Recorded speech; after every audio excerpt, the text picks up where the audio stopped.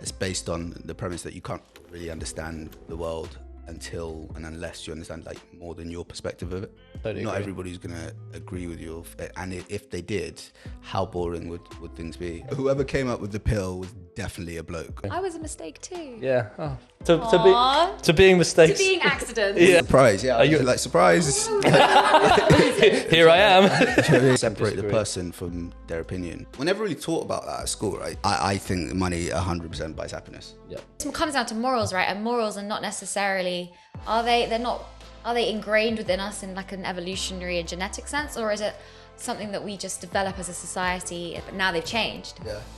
Can they be cancelled for that? Is that fair? I don't think that's fair. I agree with you. I think that cancel culture is kind of like diametrically opposed to societal progression. There are positives there. If we live in a society where you're allowed to freely you have freedom of speech, people also have to Someone's have going to get offended. freedom of reaction. Surely that has to be very, very egalitarian in its approach. There's nothing about this evening that I've agreed more with. Hey guys, for this episode, we are joined by Kenzo Onumonu. Kenzo is the founder of 40 Cards. 40 Cards is a card game in which it has particular statements that you put on the table, someone reads it out, and then the discussion starts. The subjects are often quite provocative or at least engaging, and I just think it's a really fantastic game, which is why I got him on board. The idea behind him, or behind what he was doing, which is why I was so interested, is because he wants people to hear other people's opinion and try to relate and really at least be empathetic and understand their side of the argument. And very much we are trying to do that and show the balance within our discussions as well. So really like-minded, really great. Kenzo was a fantastic guy, super intelligent, and I really, really enjoyed it. We started by getting into how we got to the idea and how the business is going, and then ended up playing the game itself with a guest, Alexandra Gray, who also did a podcast with us. So yeah, please enjoy the episode, and please like, subscribe, and click the bell notification because it really does help us. Thanks very much. Okay, our sponsor for this episode is SpaceMade. SpaceMade offer flexible workspaces throughout the UK, and they currently have the following London locations: Queen's Park, The Strand, Fitzrovia, Swiss Cottage, and London Fields, as well as City Centre Leeds and City Centre Bristol. To find out more, do check out their website at www.spacemade.co. And finally, I would like to give a big thank you to the whole team there. I really am grateful for your support you've given us from day one, and it really won't be forgotten. If you are looking for a great space to work, guys, do check them out via the links in the description below. And for any direct inquiries, you can email them via info@spacemade.co. Thanks for listening and enjoy the show. Thank you for doing this. Yeah.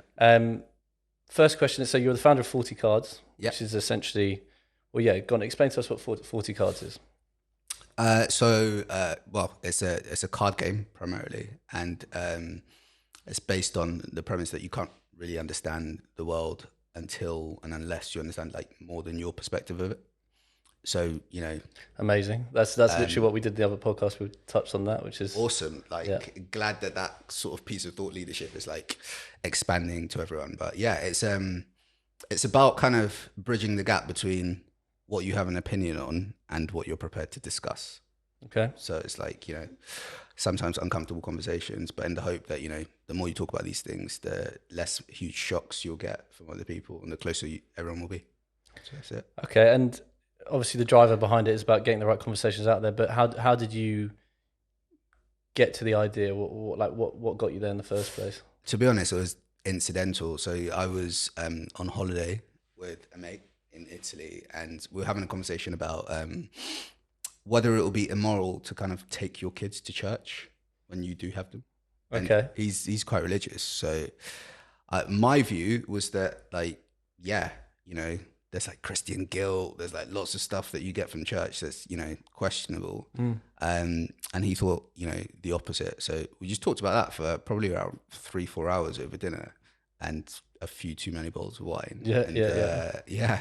And then the next day on holiday is probably a bit nerdy of me. But I spent like half a day just writing down 40 statements that could be there. There's a formula coming up with the cards, but like, and then, you know, got in contact with the manufacturer and then ordered a box first before I got the cards. And it was one of those classic moments where, you know, like you try and order something and you completely fuck up the scale. Yeah.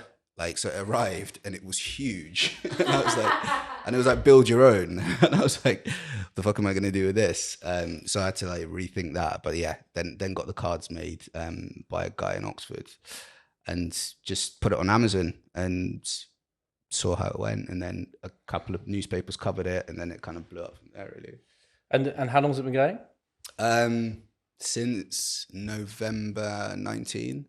Okay. So less than 2 years, but about 18 months actually, yeah.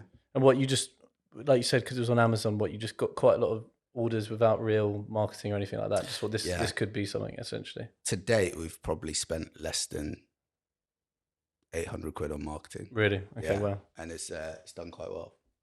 Okay. So. And obviously, it's not too relevant, but it's always interesting to hear people's backgrounds. But you're a lawyer now. Yeah. Is that what you've pretty much practiced your whole life? Working life, at least. Sorry. Yeah. So I've done law. I did law at uni, and mainly I think because it's kind of like a safe career choice. Sure. Right? It's a de-risk version. It's vocational. You can go and do something with it afterwards, and I thought that'd be a good idea. And then I did a kind of paralegal role, trained and then qualified, and then just been going from there. And so it's interesting you say mainly because it was safe. So do you look back on? Are you happy to still be a lawyer, or if you don't mind me asking, or? I like my job. Yeah. But I mean, if you're asking me if all jobs paid the same, I'd do law. I think even where I work probably know the answer is no. Yeah. Being honest. So I like the job though. It's cool. And in an ideal world, eventually just do 40, or do you see yourself always? Yeah, I'd do 40 full time and probably have a food truck somewhere, just as another side hustle or something. Okay, so that's your other interest in it. That's it, yeah. Food in particular. Yeah. Any ideas you want to tell us about? Oh, I can't give everything away. Well, that's the thing. Yeah, can't give everything away. Why that? Because I did a lot of hospitality a while back, many clubs and also a bit of restaurants. But it is a great thing to be a part of. Yeah, they say it's like a terrible way to make money, if that's what you want to do. Yeah, maybe it's super antisocial. That's what I found sort of crazy about it. Is you think, especially when you do it young, you think, oh, this will be great, in a great environment, that sort of thing. But the irony is, you just never. Everyone else is doing something else, and you're stuck in the same place at the same time. I can imagine. Yeah. For me, I'd want to like de-risk it as much as possible. It's kind of like have your cake and eat it. I just want like a food truck every Saturday morning at a food market or something like that. So something just pure passion, not necessarily even a full business. Yeah. Or if I was to run a restaurant, it'd be like a really small venue with like 7 covers, that sort of thing. Okay. In an ideal world. One day, maybe. Yeah, no, not against it at all. So interesting enough, I read in one of the articles that you kind of start this with your girlfriend, is that right? So yes. Does she get the credit? Well, ex-girlfriend. Oh, really? Yeah. Oh God. Cut that. I'm joking. No. If you don't mind, tell me, because that sounded like that. The only reason why I was interested in that, because obviously it was in some of your press. Yeah. And probably more importantly, it's just interesting when you hear like a couple like getting to those meaty conversations, and then you're using it the right way, which is nice. It's an interesting story. So like I started it, and she helped with it in bits and stuff, and then we did the article. So I get this question a lot, kind of like, where is the other co-founder? Do you get the awkward bit afterwards every time? I mean, you haven't helped me. Yeah. Sorry. But she was phenomenal at the start and was instrumental in some of like the really early successes we had, and she's just a great person, and we're still close now. So I mean, only good things to say about her involvement in the start of it. So okay, so let's talk about, I'd say, the commonality, which is why I was so interested in you doing this, which is essentially, 2 points really. Obviously, try and cover issues that actually matter. Yeah, and probably the bit that you just touched on at the start, the fact that really we can only even start to understand the world around us and the people around us and get the best outcome if we are willing to take on other perspectives and actually understand it. Why does that matter so much to you? To be honest, I don't think that it matters more to me than it matters to the average person, provided that they know about it and they recognize, that concept. I think increasingly everything around us is designed to reinforce our echo chamber. Sure. To a point where, you know, algorithms are designed to show you things you like and show you things you're likely to agree with. And if you ask most people whether they can disagree politely, they probably can, but they never really get the opportunity to, because everything around them is, you know, agreeable with their sort of modus operandi. So for me, it's about kind of facilitating that conversation, not necessarily telling you what to think, but giving you an opportunity to think alternatively to how you would normally think. Yeah, and yeah, it's interesting you say that, because we one of our sort of, or I guess the mantra of what I'm trying to create alongside, obviously, talk about educating through conversation and combining and colliding ideas. But one of the other things is conveying ideas the right way so that people can really get it. And I think the thing that we've lost, or at least it seems to be the case from what we can see online, is that there's no tolerance for other ideas anymore. Yeah. And was that at all your driver behind this? Yes and no. So that was almost for me. It was kind of like, how do you start the conversation? Incidentally, it was kind of like, how can you disagree and kind of get on with your life? Yeah. Because it's not that everybody that doesn't share the same opinion as you needs to be cancelled. That can't be a thing. Right? Yeah, agreed. It's a big topic at the moment. It's probably the only thing I agree with Piers Morgan on. Okay. But it's true. Like, it can't be, you know, we need to, we never really taught about that at school, right? You know, you don't really have lessons where it's like, you know, argue with somebody or disagree with somebody and then just like put it to bed.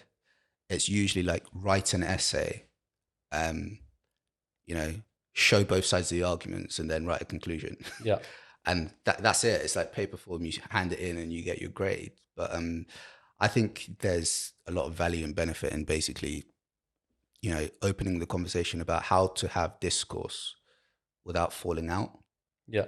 Don't lose the affection for the person if you like them anyway. But you're allowed to just like separate the person from their opinion. Yeah, I totally agree. Not everybody's going to agree with you, and if they did, how boring would things be, and how would anybody ever learn anything new? So totally agree. And also, fact is, to have any opinion, someone's not going to like it. You're going to offend someone at the end of the day. Yeah, we had a kind of interesting conversation at work today about the shootings in Atlanta and the kind of Asian community.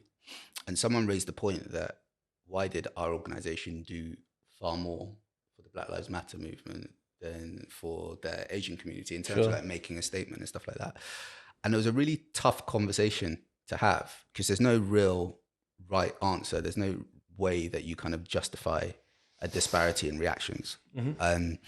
But for me, what was interesting was that it really highlighted that, like, you can only really have bandwidth and capacity for a certain number of things. And I don't know where that comes from, but, you know, I am sorry, what do you mean by that in the bandwidth sense? So what I mean is, there's only a certain amount of periphery vision you can have. That's exactly it. It's kind of like, if I was to read the world news, there'd probably be loads of things that I think that's atrocious. Like, I'd really want to, you know, change that.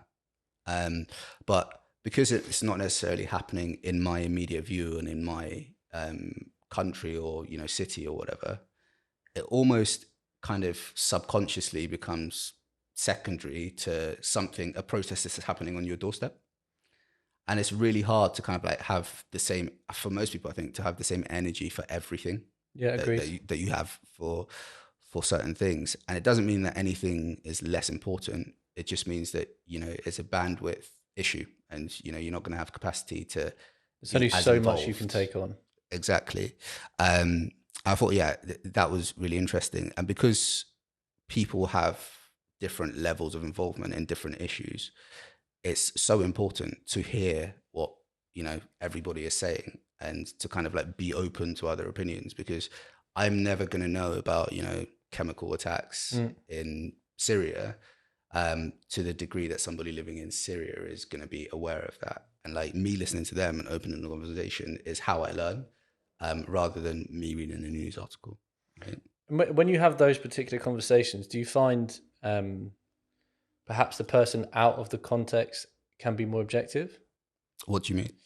So, say you were saying, obviously we only have a certain amount of bandwidth and a certain amount of scenarios so we can be in to truly understand. I guess is that what you're touching on to some extent? Yeah, some degree. So if that's the case, I would just wonder this, 'cause I think about it in so many different scenarios. If you're more embedded in it emotionally, can you be as in any scenario, whatever it is, whether you're particularly attached to Black Lives Matter or you could care particularly about male mental health or whatever it may be, and you're really, really embedded in it, or you've been a part of it so much that it springs a particularly emotional point of view. Yeah. Have you found when you have those discussions, maybe ironically, someone from outside of the realm of what it is has a more either maybe not balanced but objective, or does it really vary?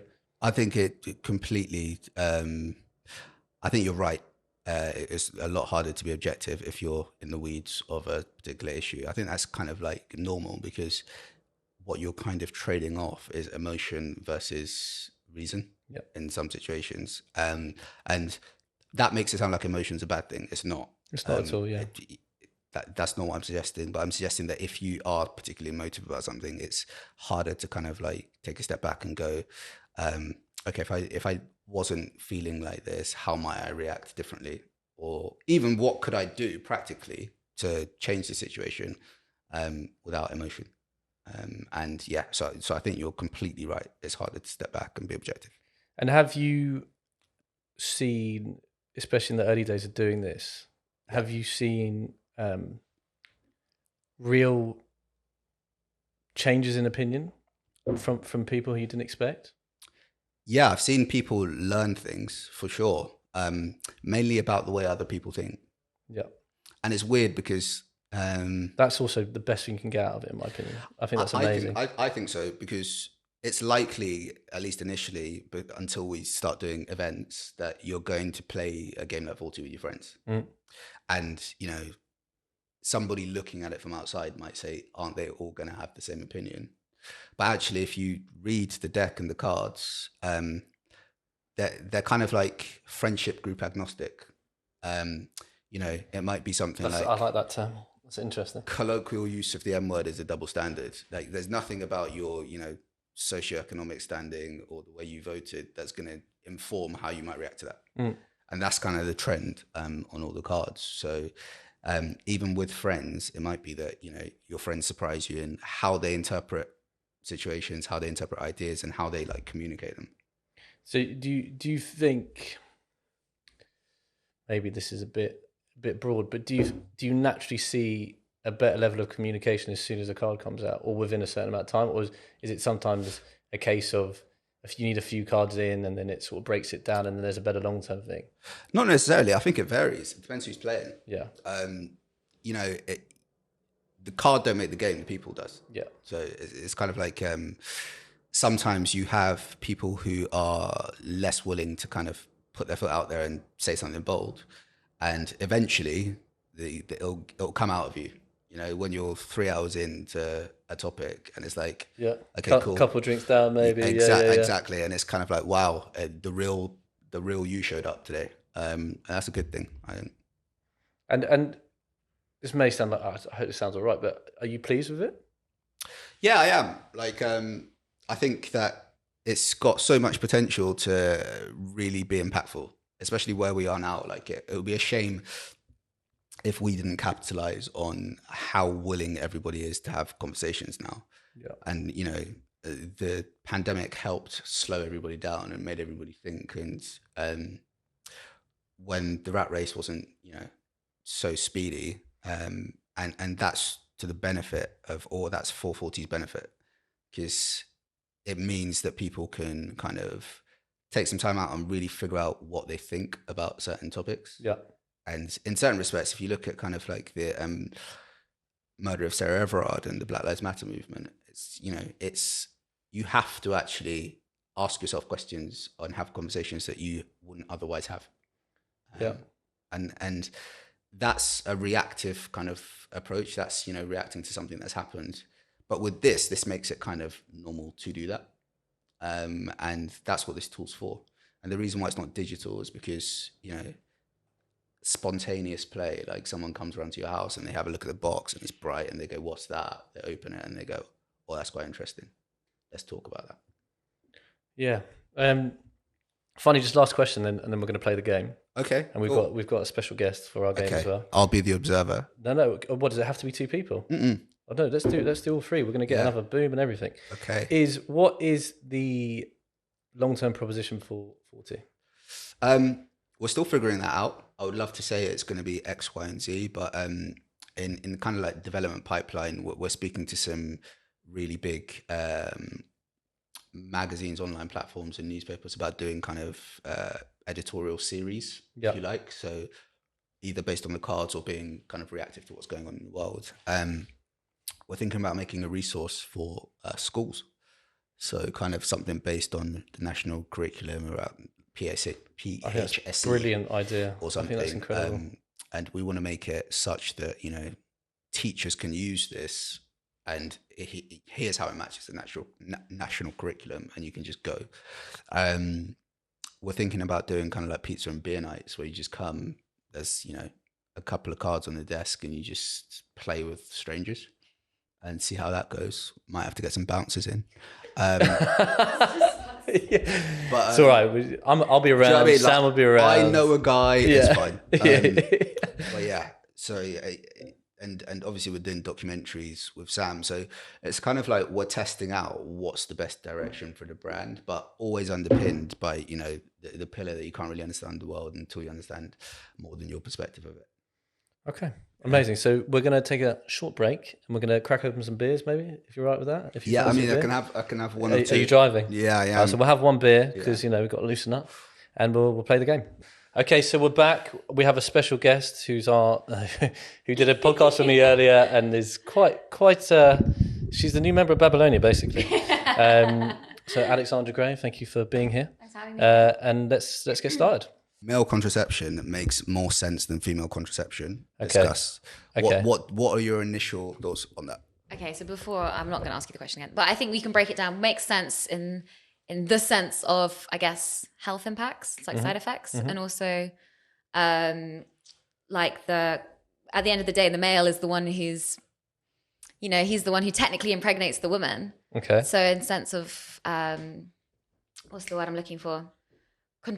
Not control, but do you understand what I'm saying? In terms of responsibility, it's their responsibility to make sense in terms of responsibility. Yeah. I am kind of with you, and trying to break it down so that we can discuss those points. Well, I think that we actually talked about parts of this on the podcast we did earlier, and the point that really resonated with me, and I think definitely I understood and wanted to be empathetic towards, is the fact that you said that you've been given the pill since you were 16, and as a result, your body was all over the place, and you had to get off it at times, and it's been really quite detrimental to your health. So much so, like you've been off it a longer time. So I personally think, like really totally honest. Obviously, if you want to get into the details of it, as a guy, you don't want to wear a condom that often. It's pretty simple. It feels different. That's the truth. But that is a short-lived. It's a very short-term thinking, isn't it? And it depends, right? Sorry. It depends, right? Because it's kind of like if you're 16, it makes so much sense to be like, well, I don't want a baby, but if you're 35, it's like if you were to get pregnant, you'd probably be fine. Yeah. Right? I think if there was a male contraceptive option and there were no side effects, males would take it 100%. They would take it. Why wouldn't they? Would you trust them to that? Well, but would a male trust a female to take it? It's the same question. Why is there a gender disbalance there? Because men are dirty dogs, basically. That's what's going on. It's kind of like, I mean, theoretically, yes, there shouldn't be a gender disbalance, but practically, would you trust the guy that you were seeing to be taking a pill at the same time every day? I've had this conversation with quite a few people, and the answer has been resoundingly no. I wouldn't trust. Sorry. So the girl would just not trust the guy. Girls have said no. I wouldn't trust the guy to kind of do that and do it properly. Really? I just don't think you can make a sweeping statement like that, because I know, my boyfriend, I would trust him 100%, because he's a very conscientious person. That's just who he is as in personality. But I've got girlfriends who I would personally not trust if I was a guy, because I know they're just scatty. So in that sense, I guess it just comes down to personality type. It's an interesting one. Sort of like, so would you guys be in favor of a male contraceptive? Yeah, I think literally from our conversation today I had with Alex on our podcast, it does, and I've been very conscious of the fact that I know plenty of girls who had the implant or whatever, and on that sort of empathetic level, yes. But like Alex said, on the basis that if it was truly inconsequential, and you knew for a fact, but the problem with all of this is obviously there's always a side effect consequence, and you suspect even if it was in the reverse with a man, you'd have similar things. You'd probably have some sort of chemical imbalance. It wouldn't be the same. You'd be more in danger of being less fertile if you got off it or whatever it is. Yeah, I think it's an interesting one. One of the arguments I've heard against or for male contraception is, females can only really get pregnant once a year, right? Right. Whereas guys can impregnate females like hundreds of times a year. So like, Sometimes a day. I mean, yeah, we can. So whoever came up with the pill was definitely a bloke, like literally. Yeah. 100%. But yeah, interesting. Could you repeat the statement one more time? Just so I'd like hearing it again sometimes. Sure. Just make sure I've got every ounce out of it, if you know what I mean. Male contraception makes more sense than female contraception. Discuss. Yeah, I think it does really. Is that not the? Can I ask, by the way, is this what happens? Sometimes it's quite general consensus is pretty similar. Other times it's just roaring disagreement. Well, yeah, and then it kind of goes into like other areas as well. Yeah. So, it might start with male contraception. It might sort of move into like a disparity between females and males and like responsibility and would you trust them and stuff like that. So it can go anywhere. It depends who's playing. I'm a terrible person to play with because I've literally heard loads of arguments about. But that's good, surely, because then you can lead it if you don't think we're going the right way to some extent. Well, no, I don't like doing that. It's kind of like taking an exam and having AQA in the room. And then it's like an earpiece, just an earpiece. Yeah, what's the answer to this question? Give me a clue. Literally being like, what did you mean when you wrote this? Yeah. You would never do that. That's true. But actually, I was just reflecting on that statement again, from a purely biological point of view. I think that's probably why it's been so difficult to produce a male contraception, because as far as I know, compared between the two biological systems, it's actually easier to control the hormones within a female's body and stop an egg being released. Yeah. So that's probably why, from a biological sense, you can't stop the guy releasing. You can't. How would you? I don't understand the biology of that fully. Immature, but it's true. We didn't really study that in A-level biology, thinking of it just logically now, I don't know actually how you would do that, unless you'd have to try and tap into their testosterone somehow. But the closest thing is a vasectomy, right? But then it's pretty binary, right? Yeah, it's just reverse rates are very low. Yeah, but not very successfully. You say that, but you hear stories all the time about somebody who's had a vasectomy and then have a kid a couple of years down the line. Because those swimmers, they just keep going. That's fate. That's fate. I'm telling you. I know people who've fallen pregnant after a vasectomy. Yeah. Well, yeah, exactly. Yeah. That's fate. Yeah, you should probably repeat that. No. If that happens, that child needs to be here. It's destined for great things. Yeah. It's true that, isn't it? When people say, "Oh, this is going to sound really naff," but I'll say it anyway. My mum was like, "You were meant to be." I said, "Why?" Because you conceived on the pill. So it's very true. I was a mistake too. Yeah. Oh. To being mistakes. To being accidents. Yeah. We definitely need a rebrand on that phraseology. Like, can we call ourselves surprises? Yeah. What, are you the same? Surprise. Yeah. Are you like surprise? Here I am. You know what I mean? Hi. Yeah, a pleasant surprise. I'd like to call myself that. Let's do it. Let's do it. Okay, cool. Money does indeed buy happiness. Discuss. I'd like you to go first on that. Because you've heard so many perspectives, it'd be interesting to hear what you've concluded as a result. I think money 100% buys happiness. Yeah. Like I don't know. I think that it's an interesting one because when you say, does money buy happiness? When you pose the question, it's immediately taken that you can't be sad and have money. And that's not the same thing as saying money buys happiness. Right? It's not to the exclusion of sadness. Like, but some people would rather be sad in a Lamborghini than. Do you know what I mean? It's like it depends. I think money buys freedom from money, right? So when you have money, you don't have to worry about money, and it also buys you freedom in general, and therefore it buys you happiness as a consequence. So whether money technically, literally does not buy you happiness, But what it does afford you to have is the freedom from the worry of money, of financial burdens. Well, and to some degree, there's a lot of financial burden of having money. And also the freedom to do what you want, essentially. Yeah, I mean, funny enough, again, I mean, we say we talk about this stuff all the time, but me and Sam literally talked about this yesterday, last night, after our intense breathing session. But which sounds dodgy. Yeah, we were doing the Wim Hof technique. If you know what that Interesting. Like, there's more to be explored there. Yeah, exactly. But the point is that I just feel money is a tool to create the best environment I want for me and the people around me I love, and that's the best way I can put it. And like, it's funny. Like, there's a question I'll just say and think about it for later. But one of the questions I often ask is, "What is happiness to you?" Yeah, now, happiness to me is being in the company of the people I love. It's as simple as that, in the best environment possible. Now, to do that, the vehicle is money. So does it lead to happiness? I think when that question comes about, I think the point is that it's not just that. You know, it's like, it's definitely not just that. It's without a doubt. Like, if you are deeply dissatisfied with yourself, doesn't matter how much money you have, you are fucked. But can it facilitate a life that is more all-encompassing, a life that is better for the people around you?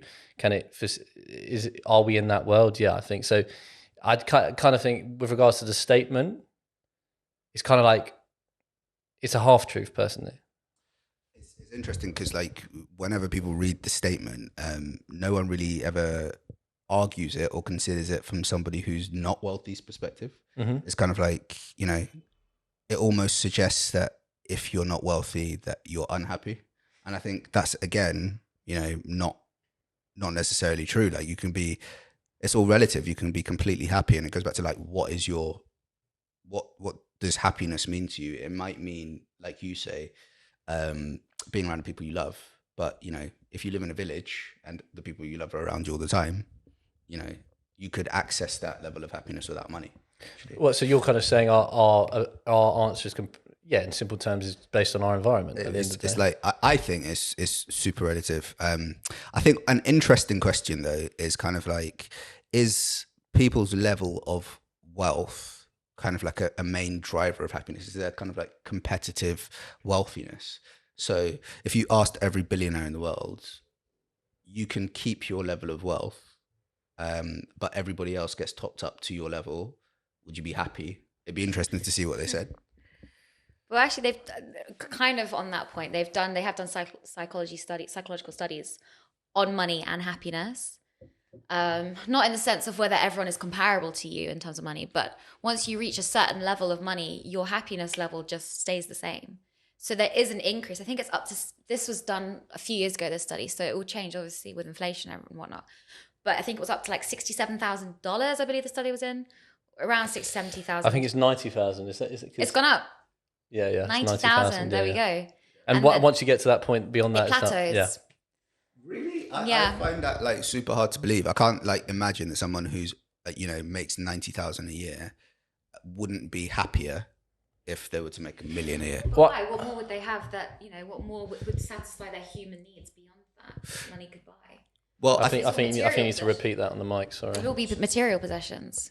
So should we pick up just a little bit, just to make sure we get some of it? So Alex was saying it gets to about 90 grand a year, and you're pretty much just as satisfied as if you had millions. Yeah. You find that hard to believe? Yeah, like I think that's I don't know. Hard to believe sounds a bit brash. I think it's more kind of like I can believe it, but I can also believe that there are cases where somebody who comes into a lot of money after earning 90 grand a year or whatever the, you know, the median use case was, is significantly happier. It can't be true that nobody is happier with above 90k, right? For sure. I don't think that's the what. Average, I don't think that was the question. And then we were talking about kind of like coming into money. I think is a lot harder than just having always been wealthy.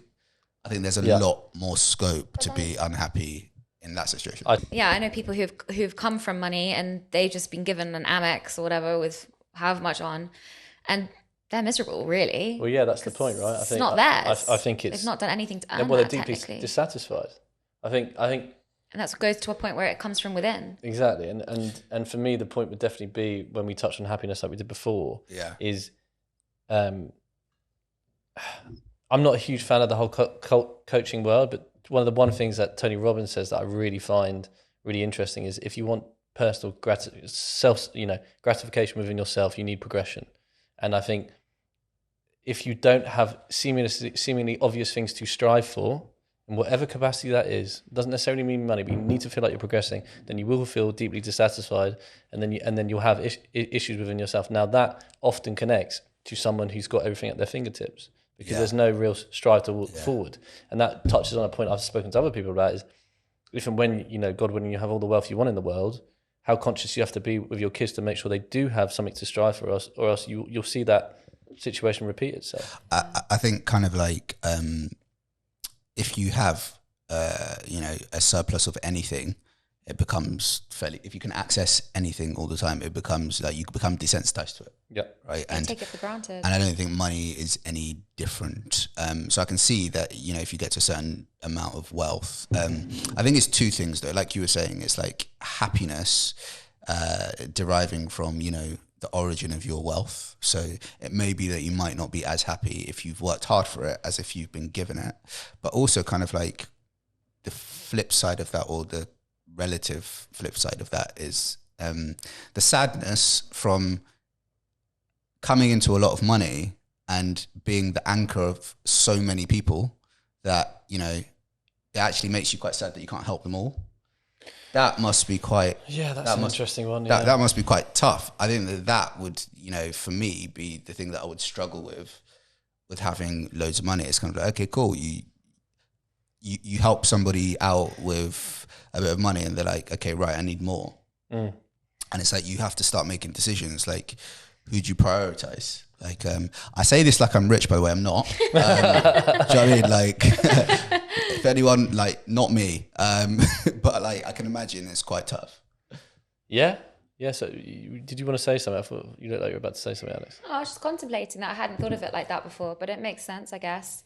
And maybe that's why some rich people kind of fall out with their family and distance themselves from people who were once close to them, because that money has created this awkward tension between them.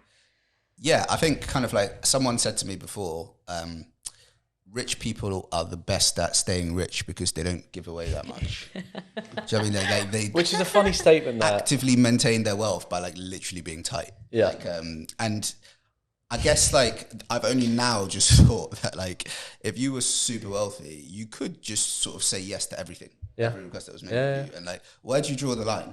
Like, at what point on the kind of, I guess, circular spectrum do you go from super wealthy to philanthropy and you start giving away most of your... What you mean, like what number is it when you can do that? I mean, that happens to everyone to an extent, right? You get to... There's a proportionality you decide is you can do, yeah.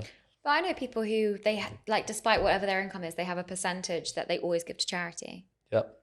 I mean, that's like super, super commendable, but, and to an extent, I should be doing more charitable stuff. But the way I kind of prioritize is I would prefer to do more with more when I can, as opposed to I agree. Do kind of like every little helps. I know. Like, but also I think you do have to. I don't have any issue with saying right now. I give a little bit. I give like maybe 20 quid a month or something. Yeah. But what I'm saying is, I don't mind admitting now it's just not on my priority list. Like it's like you like as much as we talked about earlier, and we probably will talk about more about when you consider yourself as a human being and trying to get the best out of yourself so you can be better for the people around you. Yeah. That fits in an emotional sense, and it fits in a wealth and financial sense. You can't really give in the right way, and also, like you said, perhaps escalate that into something better. Like in simple terms, if you're a billionaire, if you're really up for it, use all your business nous to create the right sort of, philanthropic ideal that will actually escalate and actually make certain, whatever you want to call it, towns in Africa or places in underrepresented societies better and self-sufficient, which is the biggest challenge with philanthropic ideas, I think. It's an interesting one because, like, I don't disagree with the statement that beyond wealth, we shouldn't really be looking at billionaires to solve social issues, like at all. Like, provide the capital, but it shouldn't be a kind of like a you decision sort of thing. I just think that for me, it's like, I know that if I was to come into loads of wealth, eventually it would go into a cycle where I would, give away loads, because it's just, I think like that's how I am. is it Bet365, the CEO? She earned the largest amount that any English CEO has ever earned. She went like 400 odd million this last tax year. But she gives away a significant proportion to charities, apparently. So like Macmillan Cancer, and I think it was an Alzheimer's trust. You kind of have to, right? You kind of like... But they don't all. Not all big No, CEOs. they don't. That's why it was really, like, people were praising her for it, but they were also criticizing her because it was from gambling. They're like, is this her conscious? I guess so that's what I mean. It, right? That's what I mean is by it like guilty giving. That's what I mean. Like, you kind of have to. If you do certain jobs and if you're from certain industries, You got to give back. your PR and comms team will be saying to you, you need to be, you need to have kind of like a visible charitable agenda, because the wealth is so astronomical. It's just, well, not just that, but because of the way that she's generating her wealth and the kind of like incidental casualties like gambling addictions. It just, I mean, would it make sense to, it's quite circular. Would it make sense for her to be kind of like, I'm not doing anything? I wonder if she's happy. Yeah, I did think that when I read the article yesterday, I was like, I wonder if she's happy. Yeah. I also think that whenever these conversations happen, it's always kind of like seen as inherently negative to really like money and to be in that sort of sense, like, I've earned this, I'm going to keep it for myself. Like, I think there's definitely an attitude like that there, but personally, I think that's just closed-minded. I don't think you can. I mean, people get a thrill out of making money. Like the guy I interviewed yesterday, he said, I get a massive kick out of sales. Yeah. And that's him making money. He said, it's not just the money, but the money's a part of it. And that's cool. That, it is what it is. And he said, it's like, this guy could quit work tomorrow, no problems. Yeah. And he's got other interests and he wants to be amongst it. Like, humans want to be amongst it. So, and what I mean by that is a bit of excitement, and money does bring that excitement, I think. So, yeah. What I was going to add, by the way, is we talked about charities a lot, and it made me think about it. Like, I really don't trust charities. I was about to say the same thing. As I struggle giving to charities because I never know who's actually, like a reliable charity to give to. Because you see how much the kind of significant people in the office work, how much they earn. CEOs are earning, 6 figures and whatnot. You're like, oh, is the money really going to the right places? I don't know. But it's such an unknown quantity, right? And you hear about continuous bullshit of like, it never goes in the right place. And, we have all this money in the world, but yet we still can't solve quite obvious issues where I just feel I really do feel if I was lucky enough to get to that level of money, this may sound really crazy, but have you ever heard the story of what Akon did? Yeah. No? Yeah. Akon. No, you should tell that story. Yeah, so Akon in Senegal, was it Senegal, I'm pretty sure? Yeah. Yeah, he long and short of the story is, obviously he's made a load of money, but you're not talking like hundreds of millions. I think he's made net worth about 60 million, which is a lot of money. But he went to Senegal, researched like hell, like how to become a sufficient society, ran every bit penny himself, and created villages and towns, and put the money in the right places so that, because obviously there's so much sun in the area, they create, they put loads of solar panels and basically created these small, I think it's villages, right? It's not so much towns, but essentially self-sufficient places. Yeah. Like, why can we not do that? That's incredible. It's incredible. The answer is we can. But it's not directed the right way. We just, do we have the incentive? Like, I think when people are assessing, stuff that we could do collectively, it's almost kind of like separated from the fact that it's individuals that make up the collective. And like, you need everybody to have the same, or kind of like at least a common level of motivation to actually pull something through. And that's why I think kind of like, a lot of people distrust governments and a lot of people distrust organizations and charities because fundamentally they're made up of people who are corruptible.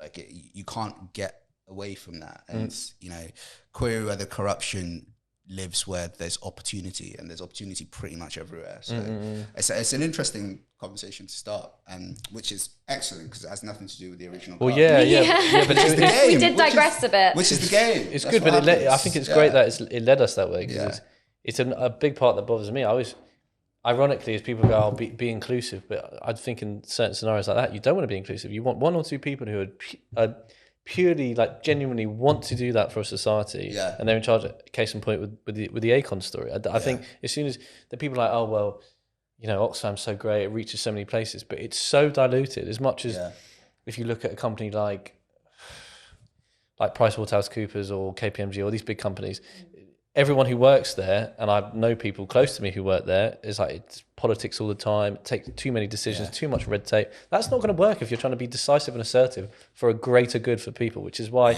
I think those medium-sized companies that got a lot of people, but there's really one person at the helm who's really, really just fucking making decisions. And whether people like it or not, that is the way forward. And the only example I could give that, like, think of when that's worked, or at least worked in part, as much as I'm not a fan of him, is Tony Blair was notorious for having one-on-one meetings. He wasn't a big fan of cabinet meetings. He wanted one-on-one decision-making with each individual ministry member of whatever the cabinet was, or the particular cabinet, and as a result, he was known to get more stuff done.